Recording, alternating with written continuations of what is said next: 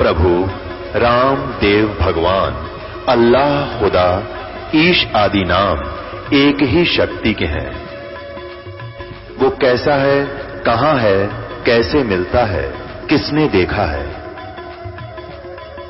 ये प्रश्नवाचक चिन्ह पूर्ण रूप से हटाने के लिए अवश्य सुनिए जगत गुरु तत्वदर्शी संत रामपाल जी महाराज के अमृत वचन, सर्व पवित्र धर्मों के पवित्र शास्त्रों के आधार पर। फिर लास्ट में 5 भगवान, उनके भगवान ने 5 नमाज का आदेश दे दिया कि ये 5 50 के तुल्य ही होंगी, ये डेली किया करो।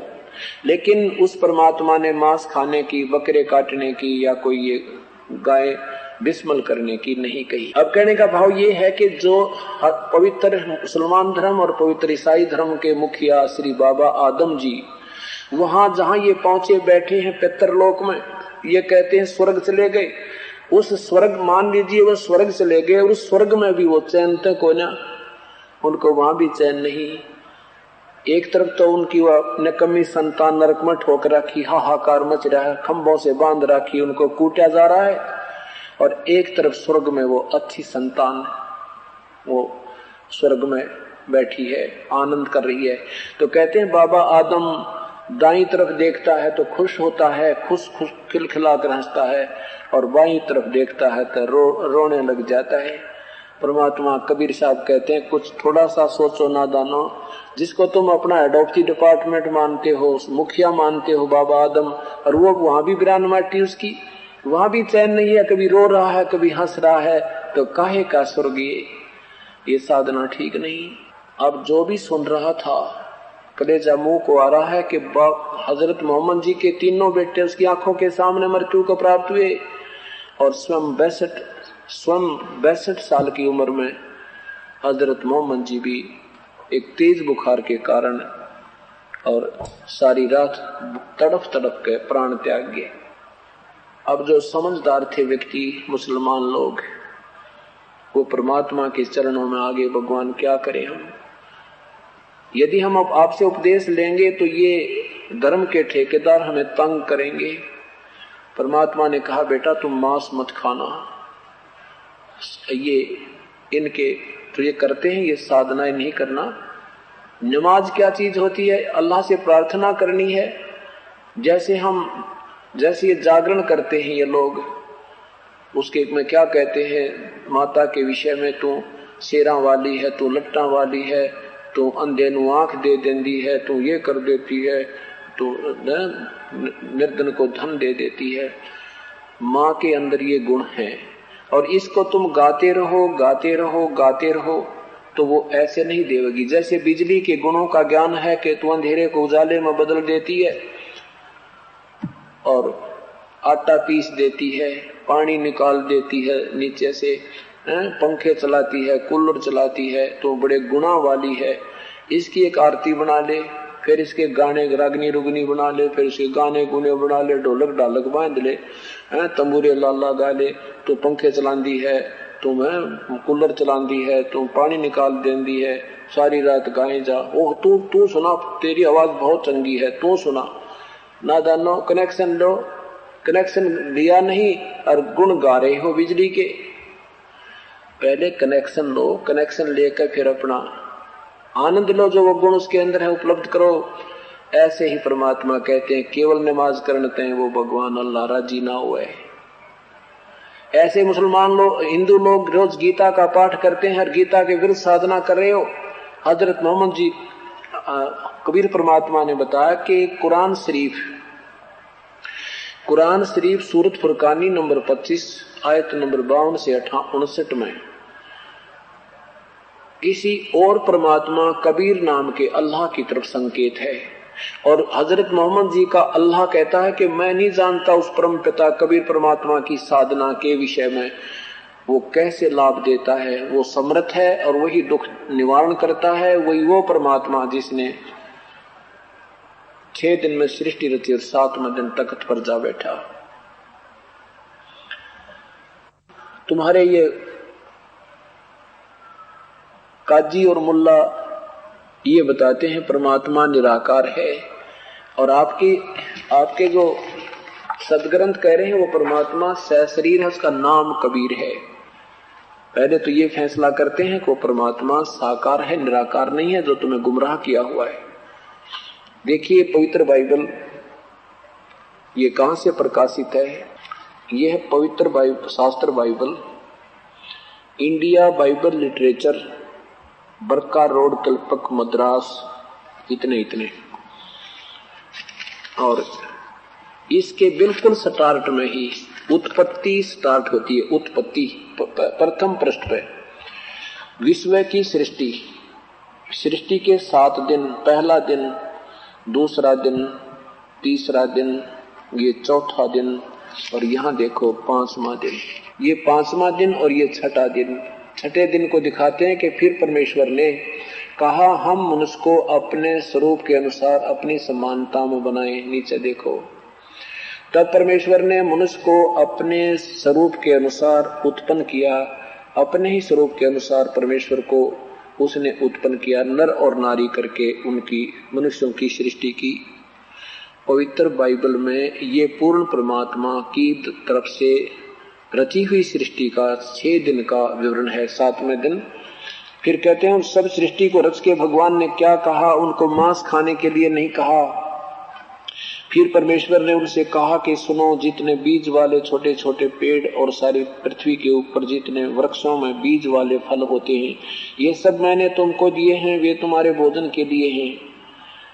और जितने पृथ्वी के पशु और आकाश के पक्षी और वृक्ष, पृथ्वी पर रहने वाले जंतु हैं, जिनमें जीवन के प्राण हैं, उन सब के खाने के लिए मैंने हरे हरे छोटे छोटे पेड़ दिए हैं। और वैसा ही हो गया।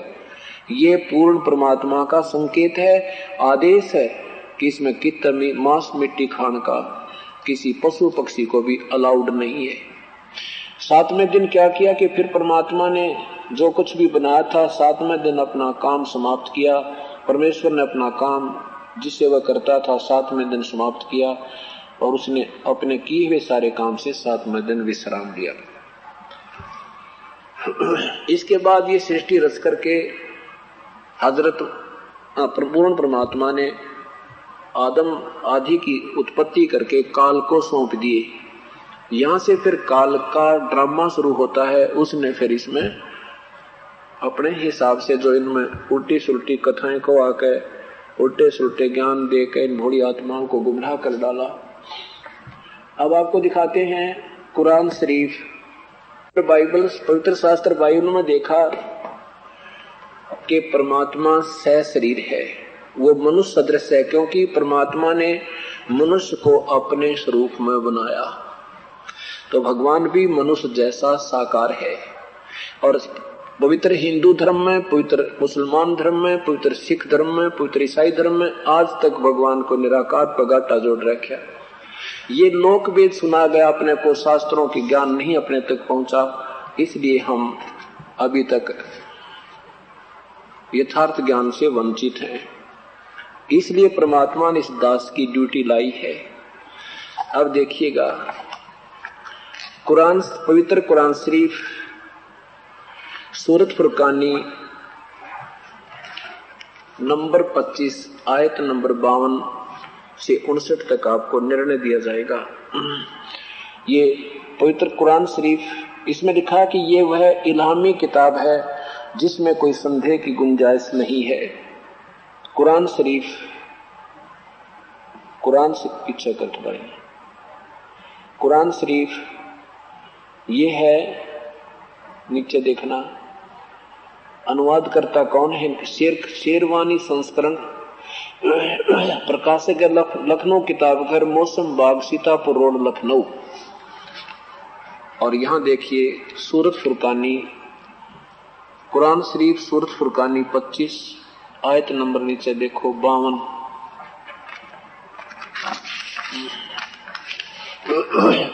ये देखो सूरत फुरकानी आयत नंबर 25 या नीचे देखो 52 नंबर आयत। इसमें स्पष्ट लिखा है कि फला तुतियल काफिरन व जाहिदम बिही जिहादन कबीरन। ये कबीरन शब्द है, ये कबीर भी कह देते हैं, इसको कबीरा भी लिखते हैं, इसको खबीरा भी लिख देते हैं। ये कुरान शरीफ के साथ साथ आपको कुरान मजीद और दिखानी पड़ेगी।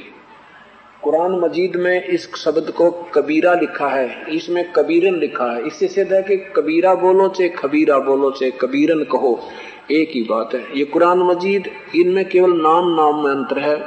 मजीद कहो चाहे शरीफ कहो, कुरान शरीफ कहो चाहे मजीद कहो। ये देखो कुरान मजीद, तजुर्मा फतेह मोहम्मद खान साहिब जालंधरी, प्रकाशक है मोहम्मद एंड कंपनी मुंबई 59, और सेल एजेंट है फरीद बुक डिपो दिल्ली 6। इसमें वही सूरत फुरकानी, और ये देखिएगा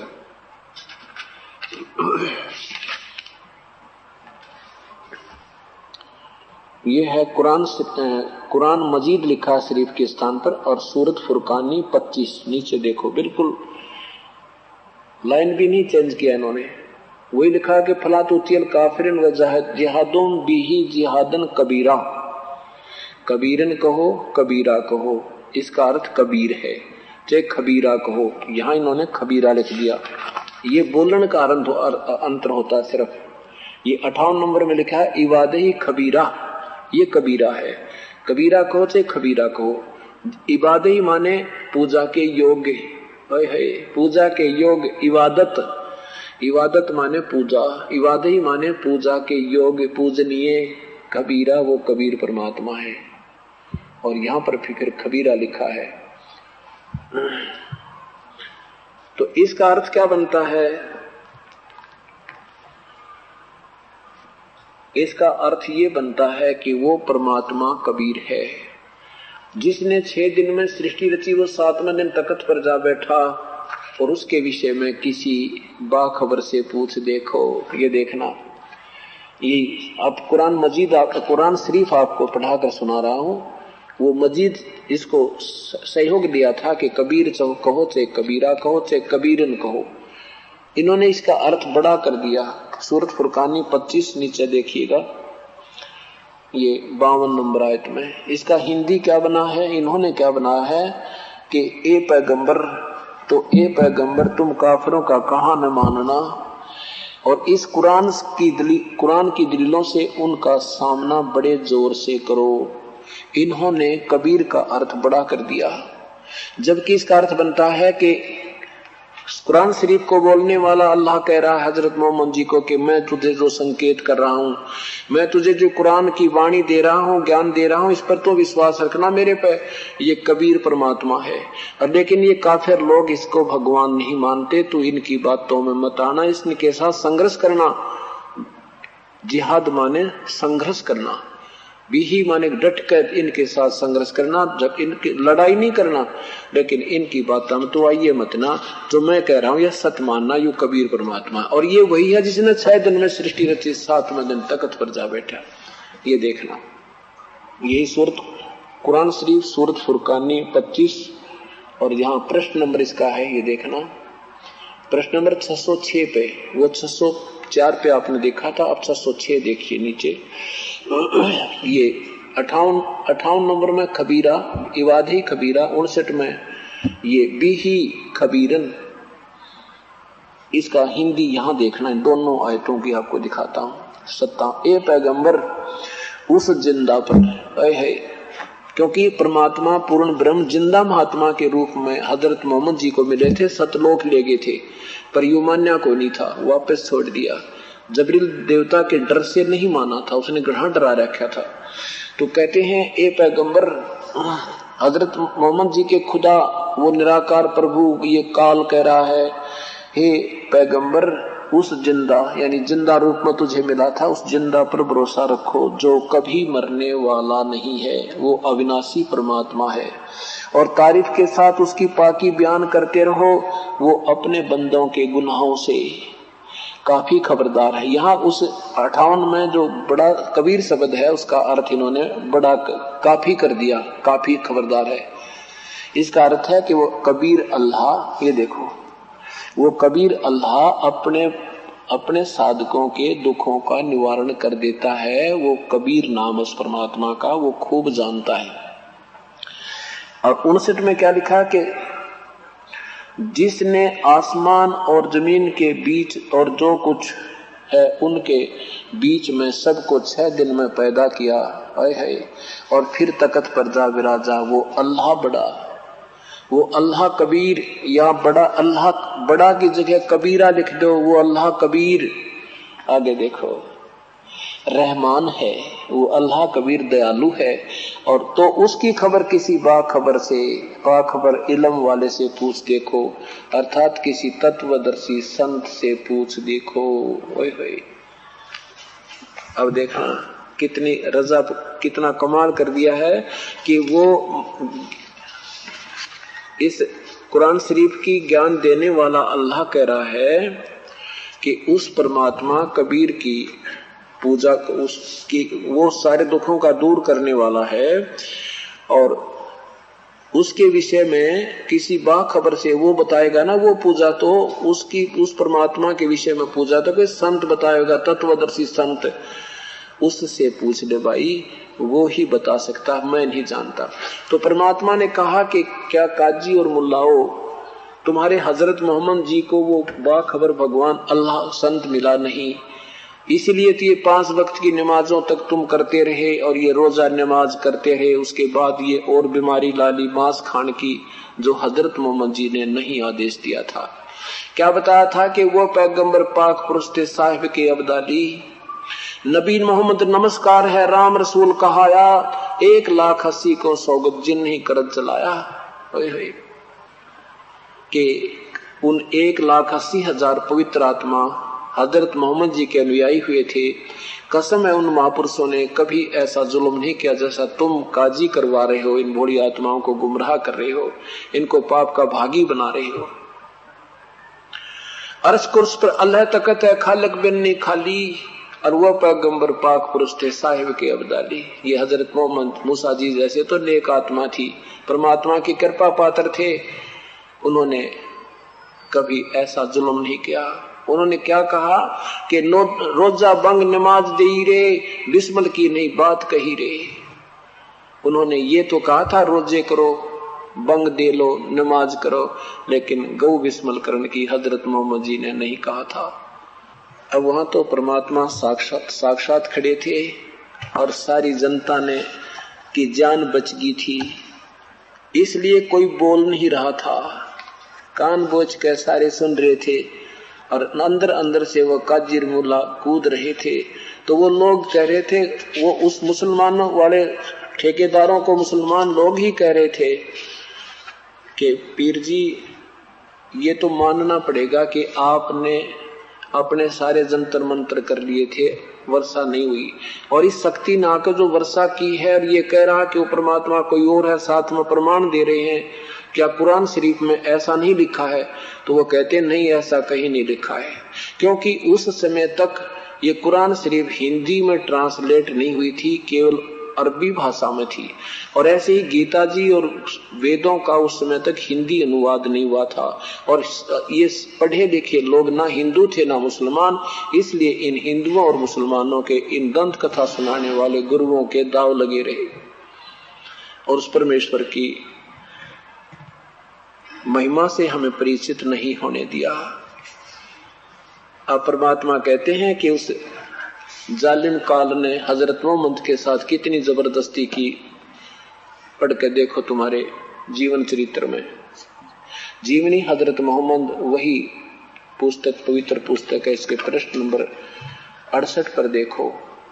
इस तरह रमजान के कुछ दिन बीत गए। एक दिन हजरत मोहम्मद आप सलल गुफा में, हजरत मोहम्मद जी गुफा में आराम कर रहे थे। सुबह का सुहाना समय था। अचानक एक फरिश्ता दिखाई पड़ा दिया, बहुत ही खूबसूरत हसीन फरिश्ता, हाथ में हसीन रेशम का एक रुमाल, एक टुकड़ा भी था। बोला पढ़ो। आप हजरत मोहम्मद घबरा गए, फरमाया मुझे पढ़ना नहीं आता। आप हजरत मोहम्मद को ऐसा महसूस हुआ कि जैसे वह गला घोंट रहा हो और शरीर को भींच रहा हो। फिर छोड़ दिया और कहा पढ़ो। आपने फरमाया, हजरत मोहम्मद ने कहा कि मुझे पढ़ना नहीं आता। यहाँ देखो, फिर आप हजरत मोहम्मद को महसूस हुआ कि वह गला घोंट रहा है और शरीर को भींच रहा है। फिर छोड़ दिया, कहा पढ़ो।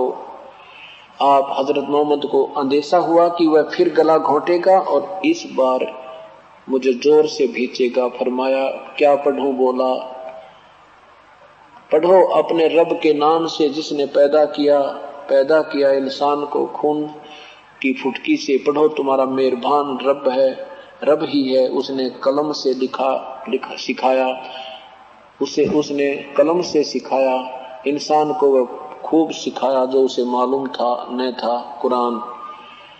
फरिश्ते ने के बताने पर आप मोहम्मद जी ने पढ़ा, पढ़ते ही याद हो गया, चित्त फिर अंकित हो गया इस तरह। और फिर कहते हैं आप उठ खड़े हुए, भय से दिल बैठा जा रहा था, घबराहट से चेहरा उतरा हुआ था।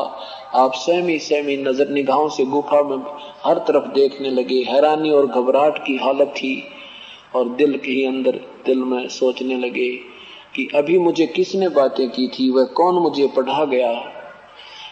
फिर तेजी से गुफा से बाहर आए। अब आप हजरत मोहम्मद को पूरा विश्वास हो गया कि यह कोई जिन्न का असर है और जिस बात का डर था वह सच्ची बात होकर रही। आप हजरत मोहम्मद पहाड़ी की घाटियों में गुजरने लगे, पूरा शरीर थर थर कांप रहा था। ये देखो, अचानक आवाज आई, मोहम्मद। आप हजरत मोहम्मद चौंक पड़े, घबरा कर सिर ऊपर उठाकर देखा तो वही फरिश्ता आदमी की सूरत में खड़ा था। वह पुकार रहा था, मोहम्मद तुम अल्लाह के रसूल हो और मैं जबरील हूँ। आपकी घबराहट और बड़ी, डर से रोंगटे खड़े हो गए, भय से कदम रुक गए, कभी दाईं तरफ देखते कभी बाईं तरफ। वह सूरत आंखों के सामने वह आंखों से ओझल हो, लेकिन जिधर देखते वही दिखाई देता, जिधर मुंह करते वही मौजूद होता।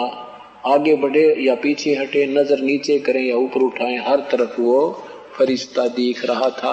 यानी हजरत मोहम्मद जी की खूब दुर्गति करके, जबरदस्ती कर करके इसने जो कुछ ज्ञान लेना था कुरान शरीफ उसके अंदर बढ़कर, पितर की तरह, भूत की तरह अंदर प्रवेश करके, आकाशवाणी कर करके और प्रत्यक्ष आके हजरत मोहम्मद जी को ये कुरान शरीफ का ज्ञान बोला और वो लिख लिया गया।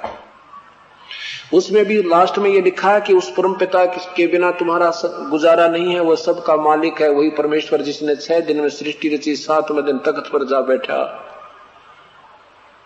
उसका नाम कबीर है, वो अल्लाह कबीर है, बड़ा दयालु है, वो दुखों पाप विनाशक है।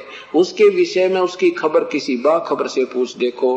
हजरत मोहम्मद को का अल्लाह भी हाथ खड़े कर रहा है, मैं उसके विषय में नहीं जानता, ये कुरान शरीफ बता रही है।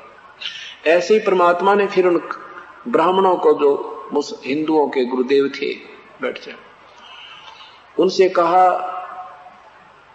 कि तुम गीता का पाठ करते हो और गीता के नित्य पाठ करने मात्र से छुटकारा तुम्हारा नहीं हो पा रहा।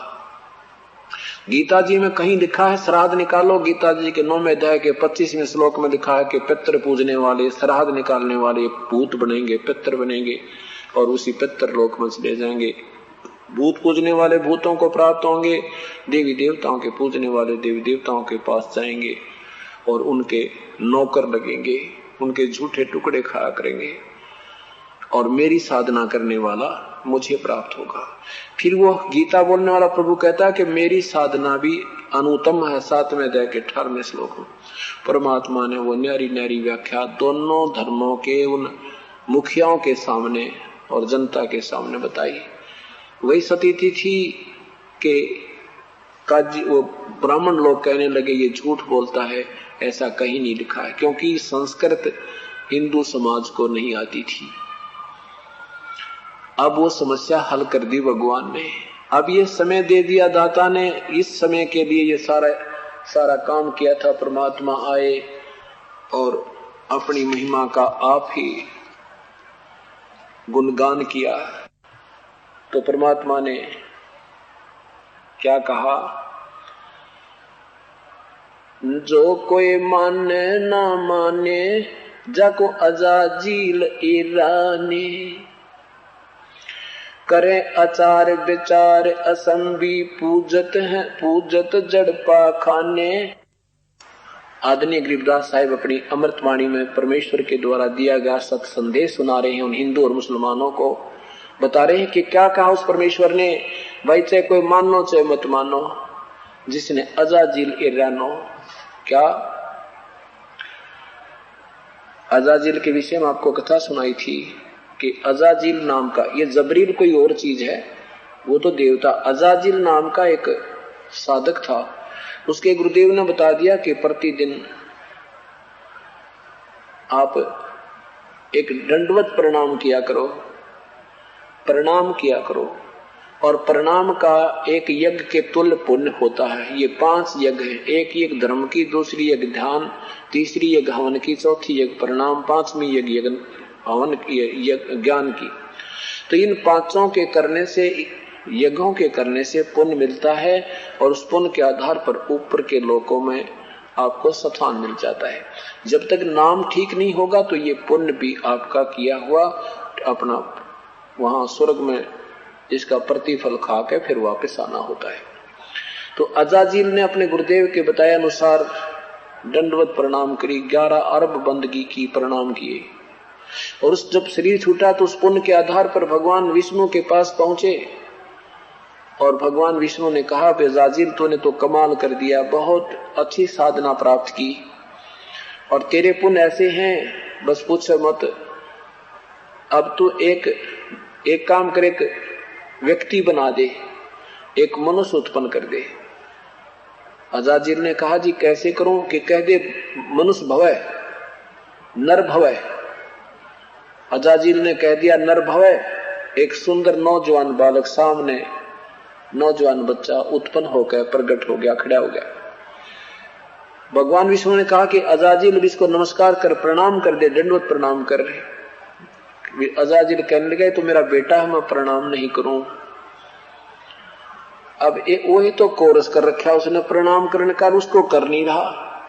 प्रणाम किस लिए करवाया जाता है? कि अभिमान छूट जा, एम ना रहे इस मन पापी में, और एम भगवान को कति पसंद नहीं, अहंकार भगवान को पसंद नहीं। भक्ति के अंदर ये बहुत भयंकर वस्तु है, इसलिए प्रणाम दंडवत कराया जाता है, इस मिट्टी को मिट्टी समझने और भगवान में आस्था घनी हो जाए। अब प्रणाम करते करते भी उसके मन में खोट आ गया, अभिमान आ गया कि ना करूं तो मेरा बेटा है। अब भगवान ने सोचा, देख निकम्मा काम बिगाड़े बने बनाए ने।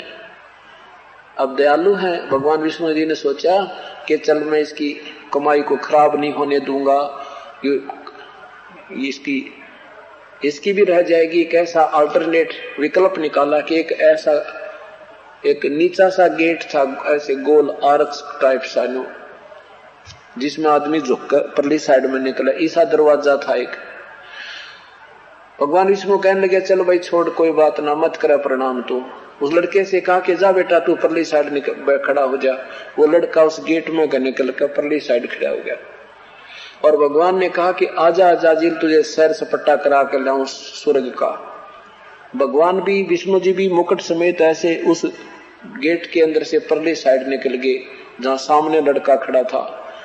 अजाजिल कहने लगा, मैं ना आऊं इस तरफ, मैं जानू तेरे को छलिया, तू बहुत छल करता है, मैं तेरी बातों में नहीं आऊं, तेरे छल में नहीं आऊं। तू चाहता है कि मैं ऐसे झुककर आऊं और तू कह दिए देखा ना करवा दिया प्रणाम तेरे ते, मैं नहीं आऊं।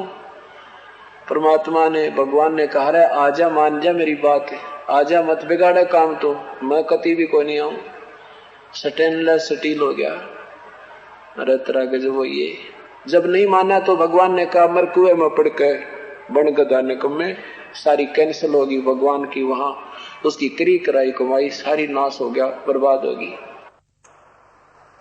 तो यहां कहते हैं कि भगवान के जैसे अजाजिल ने भगवान की आज्ञा का उल्लंघन कर देने से सारी कमाई का नाश करा दिया,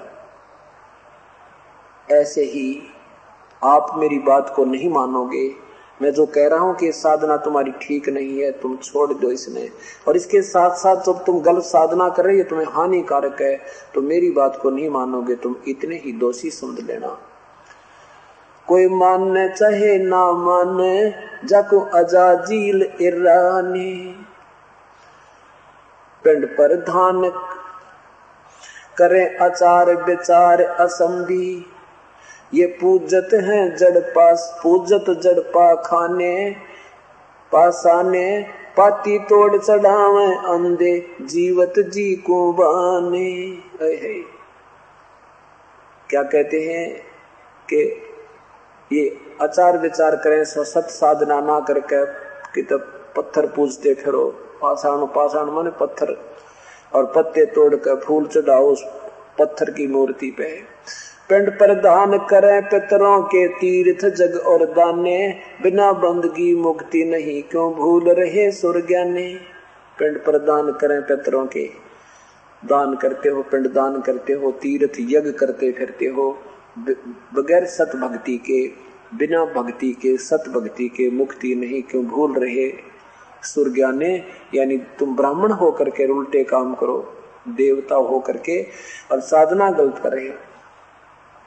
सुखदेव शिव का तत्व सुना है भक्ति ले ढंगताने, सतगुरु जनक विधेही भेंटे पद मिल पदे समान। अकत कथा कुछ कही न जाई, देखत नैन सिराने, अबल बली वरियाम बिहंगम लाले चोट निशाने। पंडित वेद कहें वो वाणी, काजी पढ़े कुराने, और सूर गऊ को दो बतावे, समझत नहीं हैवाने। पंडित वेद कहें बहुबाणी, काजी पढ़े कुराने, सूर गऊ को दो बतावे, दोनों दीन दीवाने। एक ही मिट्टी एक का चमड़ा, एक का बोल पराणे, जिव्या स्वाद हित मारत है नर, समझत नहीं हैवाने। मुर्गी बकरी कुकड़ी खाई, कुक बंग मुलाने, जैसा दर्द आपने होवे ऐसा दर्द बिराने। क्या बताते हैं नादान। हिंदू तक कहते हैं सूर खा लो, गाय मत खाओ।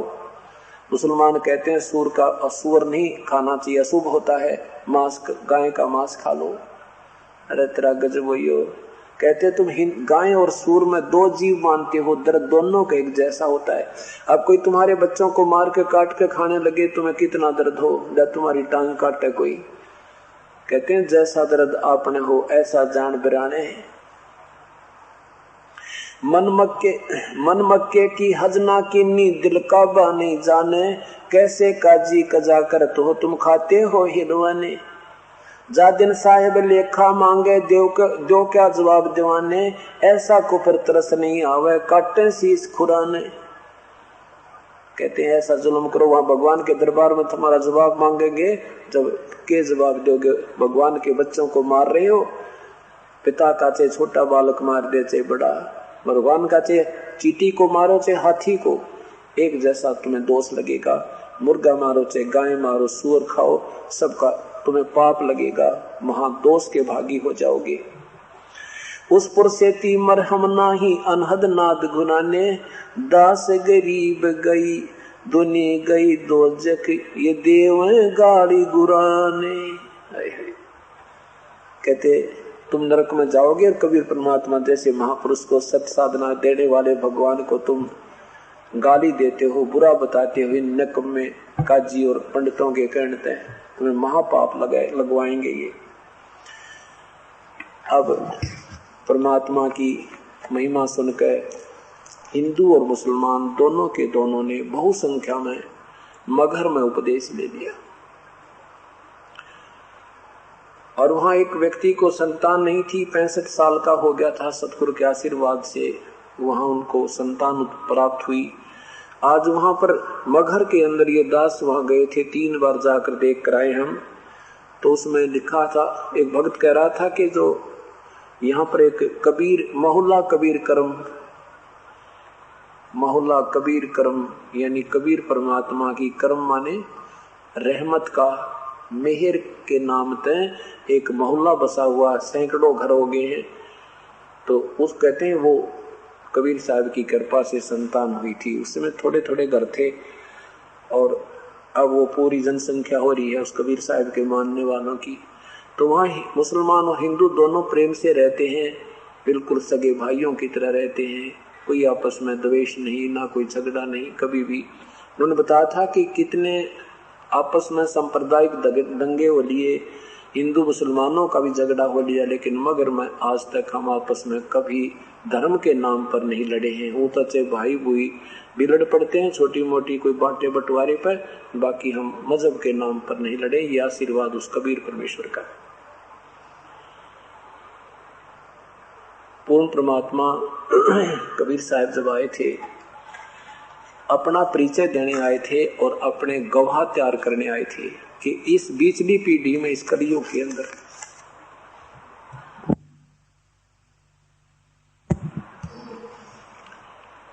अब ये बीचली पीढ़ी शुरू होगी है।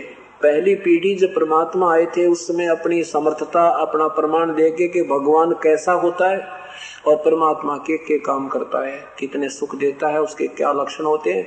तो और साथ में ये कई गवाह तैयार करके अपनी समर्थता और साक्षात दर्शन करा के अब आपको कबीर सागर के अंदर एक ऐसा रहस्य दिखाएंगे, आप दांतों तले उंगली दबाओगे, ये भगवान, ये परमात्मा, ये कबीर साहब, आपने तो कमाल कर रखा है।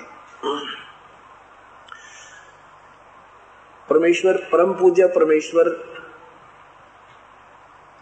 कलयुग के जब आज से 600 वर्ष पूर्व, 625 वर्ष पूर्व आए थे, यानी सन 1398 में परमात्मा प्रकट हुए थे।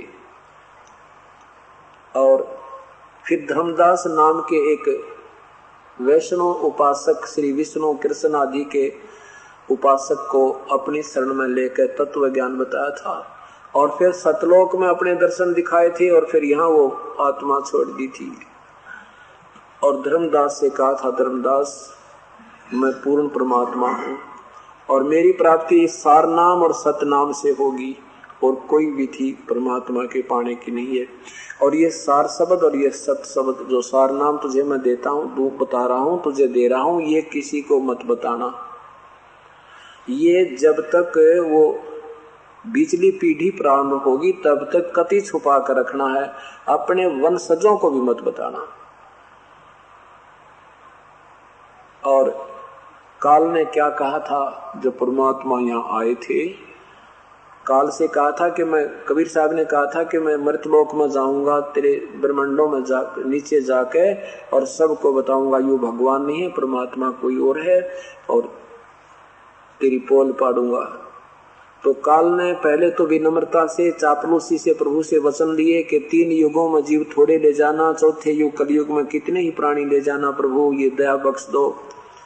परमात्मा ने तथास्तु कर दिया था। तो फिर काल एकदम बदल गया, कहने लगा जा बेशक जोग जीत, क्योंकि परमात्मा अपने पुत्र के रूप में, योग संतान के रूप में आए प्रकट थे कि जा जोग योग संतान तुम्हारी कोई नहीं माने, 12 पंथ करूं मैं साजा, नाम तुम्हारा ले करूं आवाजा, 12 पंथ नाम जो ले ही, सो मेरे मुख आन समोही, पहले अंश हमारे जाही, पीछे अंश तुम्हारा जाई। काल ने ये कहा था कि मैं 12 पंथ चला दूंगा, कहेंगे तेरा ही गुणगान करेंगे, कबीर भगवान है, वो अल्लाह कबीर है, वो कोई और परमात्मा है, और नाम और साधना मेरे लेवल की दिया करेंगे, मेरे मुंह में रहेंगे। तो धर्मदास जी से परमात्मा ने कहा था कि धर्मदास इस काल के 12 पंथ चलेंगे और इन 12 पंथों में जो हंस आएंगे, जो इनके प्रवर्तक आएंगे, वो उनके माध्यम से मैं अपनी समर्थता का प्रमाण इस पृथ्वी पर छोड़ता रहूंगा। लेकिन उन 12 पंथों में उपदेश लेने वालों की मुक्ति नहीं होगी, लेकिन मेरी महिमा तो वो गाते ही रहेंगे, पिछली पीढ़ी तक मेरा नाम जिक्र चलता रहेगा। और जब 12वां जो अंश आएगा, 12वां जो आएगा, वो उस समय मेरी वाणी फिर प्रकट होएगी, उसके माध्यम से मैं अपनी वाणी फिर लिखवाऊंगा संवत 1775-74 में, और मेरी वाणी दोबारा प्रकट होएगी। क्योंकि कबीर वाणी जो है बहुत कुछ इन्होंने और मिलावट कर दी थी। इस करके परमात्मा ने कहा था कि मैं अपनी महिमा फिर एक बार फिर प्रकट करवाऊंगा और फिर वो कबीर सागर से भी मिलेगी, वो सही होगी। तो क्या बताया है कि धर्मदास जब लग वो 12 पंथ चले तब तक ये वास्तविक ज्ञान किसी को मत बताना। और 12वें पंथ में 12वां पंथ गरीबदास नाम का पंथ है। 1774-75 संवत में प्रकट होंगे वो हंस, और उनके द्वारा मेरी वाणी प्रकट होगी। लेकिन उस 12 पंथ तक, गरीबदास के पंथ तक के अनुयायियों को भी वो वास्तविक ज्ञान प्राप्त नहीं होगा, क्योंकि परमात्मा का सख्त संकेत था, आदेश था कि ये अभी तत्व ज्ञान वास्तविक नाम मंत्र किसी को नहीं बताना। इस उद्देश्य से लिखा यह कबीर सागर आपके पास है, और 500 वर्ष 550 वर्ष पुराना लिखा है। ये आज नहीं लिखा गया, आज कमाल कर रखा है। इसमें देखना पुण्यात्मा, परमात्मा समय समय पर हमें अपनी महिमा बता रहा है। इसमें आपको दिखाता हूं कबीर वाणी, कबीर चरित्र बोध।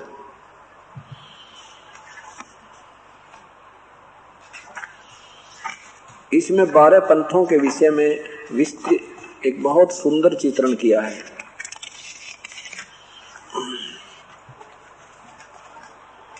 ये देखिएगा, जिनको नहीं दिखाई दे रहा वो मैं बोलूंगा, उससे भी सुनते रहना। ये है कबीर चरित्र बोध सागर, कबीर चरित्र बोध, और प्रश्न नंबर 1817। नीचे देखिए, 12 पंथों के, कबीर साहब के पंथों का वृत्तांत। नंबर 1 नारायण दास जी का पंथ, यागो दास जी का पंथ, सूरत गोपाल पंथ, मूल निरंजन पंथ, टकसारी पंथ, भगवान दास जी का पंथ, सतनामी पंथ, कमाली पंथ। कमाली, ये कमाल भी गुरुद्रोही हो गया था कबीर साहब की वाणी सुन सुना के। जैसे गरीबदासी पंथ कहते हैं ना, ऐसे ये कमाली पंथ है, ये कमाली पंथ, ये कमाल का पंथ। राम कबीर पंथ, प्रेम धाम की वाणी पंथ, और जीवा पंथ, और 12वां गरीबदास पंथ। ये देखिए 12वां गरीबदास पंथ। अब इसी इन 12 के विषय में कबीर साहब का वाणी के द्वारा, अपनी अमृत वाणी के द्वारा आपको वर्णन दिखाते हैं। कबीर वाणी में लिखा है, कितना सुंदर चित्रण किया है परमात्मा ने, कमाल, रिकॉर्ड तोड़ दिया मेरे मालिक। ये देखो कबीर वाणी, कबीर सागर, और ये है कबीर वाणी। 136 पृष्ठ पर नीचे देखें, 12 पंथ चलो सो भेद, 12 पंथ काल फुरमाना, भूले जीव न जावे ठिकाना। 12 पंथ, 12 पंथ काल के हैं। कौन कौन से? ताते आगम कह हम राखा, वंश हमारा चूड़ामणि शाखा। ये वैसे चूड़ामणि नाम से प्रारंभ होता है। एक तो ये चूड़ामणि नाम से है, ये 1 नंबर है। फिर है ये जागू, प्रथम जग में जागू भरमावे। ये जागू कहते हैं योग, आपने अभी देखा था उसमें 12 पंथों के लिखे थे, उसको योगू, योगू को जोगू भी बोलते हैं, जागू। और फिर दूसरा है सूरत गोपाल पंथ। फिर ये है मूल निरंजन पंथ, और ये टकसार पंथ, और ये सतनामी पंथ, और ये राम कबीर पंथ, अंत में ये परम धाम वाणी का पंथ। अब यहाँ देखिए, ये 12वां यहाँ से शुरू होता है। संवत 1775 होई, आदरणीय गरीबदास साहिब जी का जन्म 1774 में है। इसमें लिखा है संवत 1775। जैसे कई बार आदरणीय गरीबदास साहिब जी का जन्म वैशाख सुदी पूर्णमासी को हुआ था, और चैत मास से ये संवत यानी वर्ष प्रारंभ होता है, देश से हिसाब किताब से। तो वो कई बार 2 चैत्र हो जाते हैं, कई 2 चैत्र नहीं मनाते, वैशाख मनाते हैं। तो उसको 1775 इसलिए लिखा भगवान ने। वास्तव में गरीबदास जी का जो इस तरह को ये लिखने में, अब गरीबदास जी की जीवन कथा में गलती हो सकती है, इसमें गलती नहीं है। तो उस कहते हैं 1775 होई, तादिन प्रेम प्रगटे जग सोई। ये गरीबदास जी का जन्म होगा 1775 में। ये बोध सागर में लिखा है कबीर वाणी। आज्ञा रहे ब्रह्म बोध लावे, कोली चमार सबके घर खावे। ये देखियो, साथ हमारी ले जीव समझावे। कबीर साहब की महिमा गाकर ही सब जीवों को समझाएगा गरीबदास जी आकर के। और लेकिन उस गरीबदास जी के भी अनुयायी असंख्य जन्म छोड़ नहीं पावे। कहते बर में पंथ प्रगट हो वाणी, मेरी जो वाणी है, मेरी महिमा बर में पंथ गरीबदास जी से प्रगट होएगी और शब्द हमारे का निर्णय ठानी। फिर कहते अस्थिर घर का मर्म न पावे, वास्तविक ठिकाना सतलोक का इन 12 पंथों के लोग नहीं पाएंगे, अनुयायी नहीं प्राप्त कर सकते। और ये 12 पंथ हम ही को जावे, ये 12 के 12 पंथ कहेंगे हम कबीर साहिब के अनुयायी हैं, कबीर साहिब के अनुयायी हैं, लेकिन ये मेरा ठिकाना नहीं पा सकते। ये फिर देखो 12 कहते हैं अस्थिर घर का मर्म ना पावे। ये देखो 12वें पंथ प्रगट हो वाणी, गरीबदास जी के द्वारा अपनी महिमा परमेश्वर ने द्वारा प्रकट करवाई, अपने वकील अपने एफिडेविट दिवाया कि कबीर परमात्मा है। 12वें पंथ प्रकट हो वाणी, शब्द हमारे का निर्णय ठानी, लेकिन अस्थिर सथिर घर का मर्म ना पावे, सतलोक नहीं जा सकते, ये 12 पंथ हम ही को जावे। आगे देखो कमाल कर दिया, इस गरीबदास जी वाले पंथ में ही 12 पंथ हम ही चल आवे और सब पंथ मिटा कर एक चलावे। ये वो दिन आ गया पुण्यात्माओं, जो परमात्मा खुद नहीं आए तो ये दास भेज दिया अपना कि 12 पंथ उस 12वें पंथ में आगे, क्योंकि ये 12 पंथ यहाँ तक समाप्त हो लिए कि गरीबदास जी के अनुयायी भी उस परमात्मा के विषय में नहीं जान पाओगे। 12 पंथ प्रगट हो वाणी, 12वें पंथ प्रगट हो वाणी, शब्द हमारे का निर्णय ठानी, और अस्थिर घर का मर्म ना पावे, ये 12 पंथ हमी को ध्यावे। ये 12 पंथ चल चुके।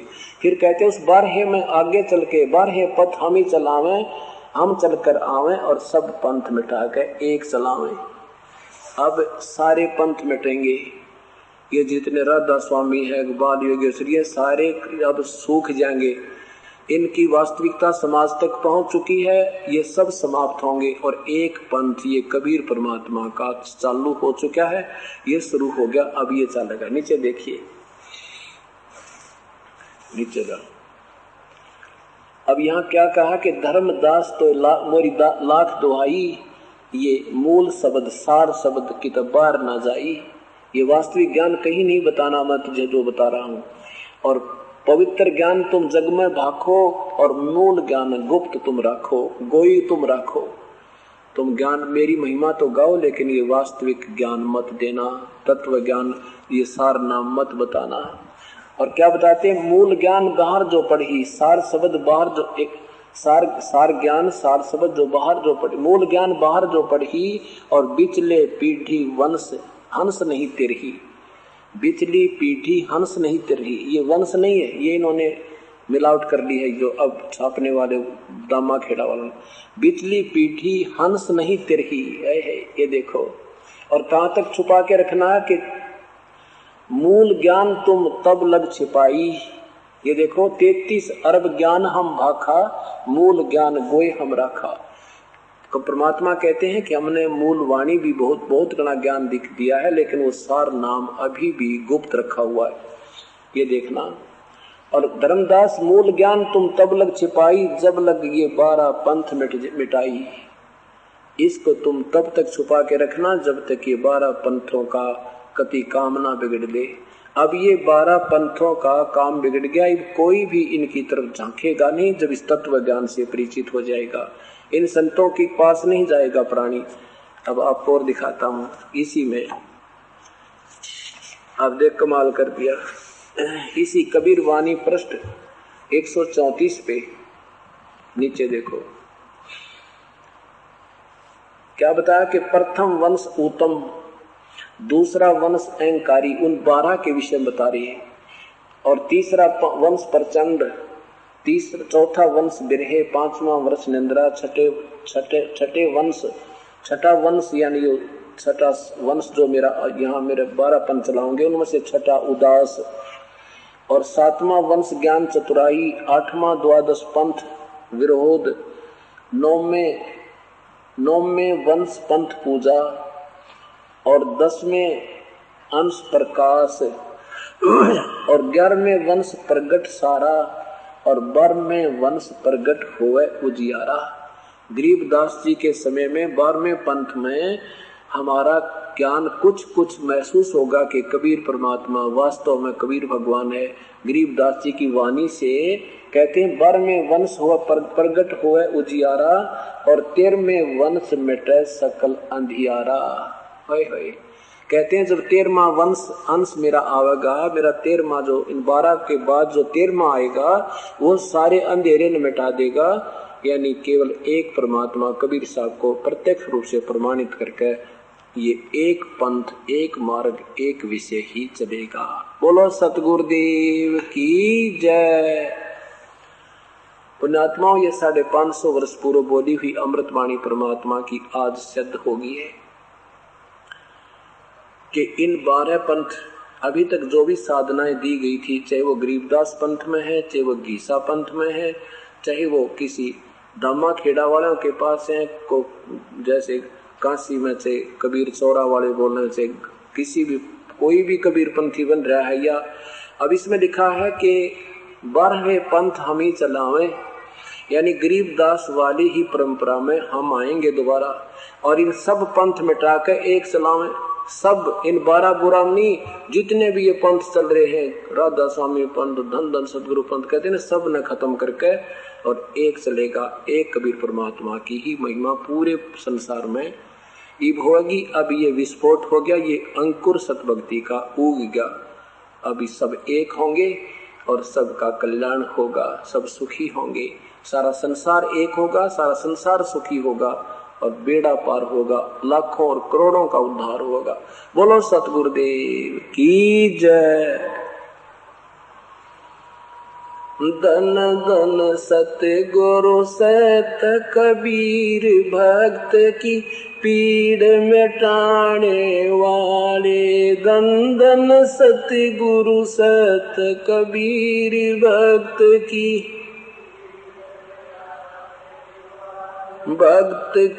पीड़ मिटाने वाले, भक्त की पीड़ मिटाने वाले। धन धन सतगुरु सत कबीर भक्त की। रे नल नील यतन करे हार, तब सतगुरु से करी पुकार। रे नल नील यतन करे हार, तब सतगुरु से करी पुकार। जा सतरेखा लिखी अपार सिंधु पर शिला तिराने वाले। जा सतरेखा लिखी अपार सिंधु पर शिला तिराने वाले। धन धन सतगुरु सत कबीर भक्त की। भक्त की पीड़ मिटाने वाले, भक्त की। धन धन सतगुरु सत कबीर भक्त की। डसी सर्प ने जब जा पुकारी, इंद्रमती अकुला। डसी सर्प ने जब जा पुकारी, इंद्रमती उकला। आपने तुरंत करी सहाय गरूली, मंत्र सुनाने वाले। आपने तुरंत करी सहाय गरूली, मंत्र सुनाने वाले। धन धन सतगुरु सत कबीर भक्त की। धन धन सतगुरु सत कबीर भक्त की। भक्त की पीड़ मिटाने वाले, भक्त की पीड़ मिटाने वाले। धन धन सतगुरु सत कबीर भक्त की। दामोदर सेठ के होत अकाज, अर्ज करी डूबता देख जहाज। दामोदर सेठ के होत अकाज, अर्ज करी थी डूबता देख जहाज। लाज मेरी रखियो गरीब नवाज, समुद्र से पार लंघाने वाले। लाज मेरी रखियो गरीब नवाज, समुद्र से पार लंघाने वाले। धन धन सतगुरु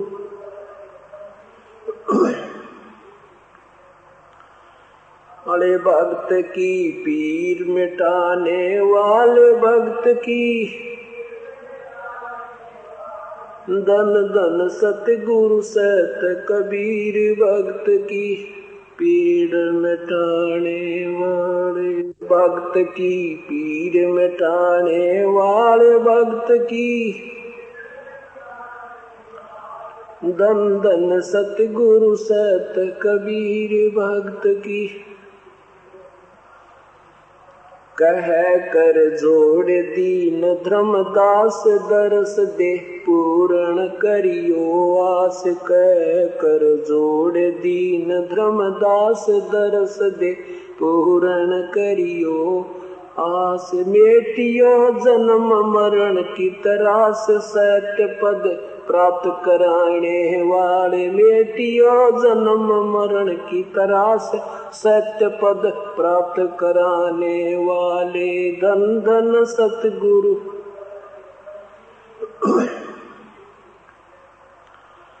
वाले भक्त की पीर मिटाने वाले भक्त की। धन धन सतगुरु सत कबीर भक्त की पीड़ मिटाने वाले। सत साहिब बंदे तो कर बंदगी, जय चावे दीदार। अवसर मानुष जन्म का, मिले न बारंबार। राम रटत कोड़ी बलो, चू चू पड़े जो चाम। ये सुंदर शरीर किस काम का, जिस मुख नाही नाम। राम रटत दारिद्र बलो, टूटी घर की छाने। राम रटत दारिद्र भलो, टूटी घर की छाने। वो सुंदर महल किस काम के, जहाँ भक्ति नहीं भगवान।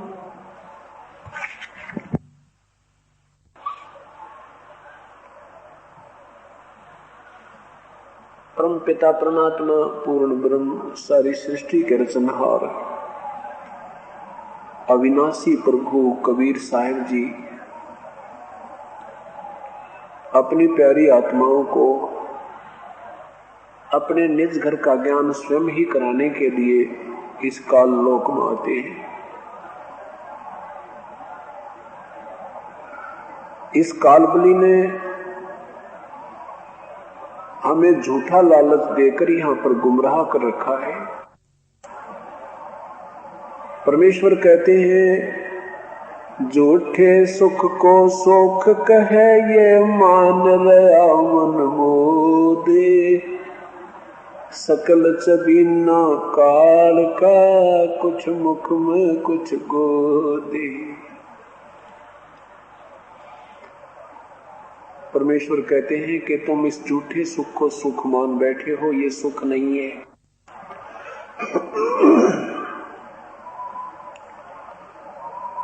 जिसको तुम सुख मानते हो ये सुख नहीं है, ये तो आप ही का किया हुआ किसी पूर्व जन्म की शुभ कमाई का सुख है।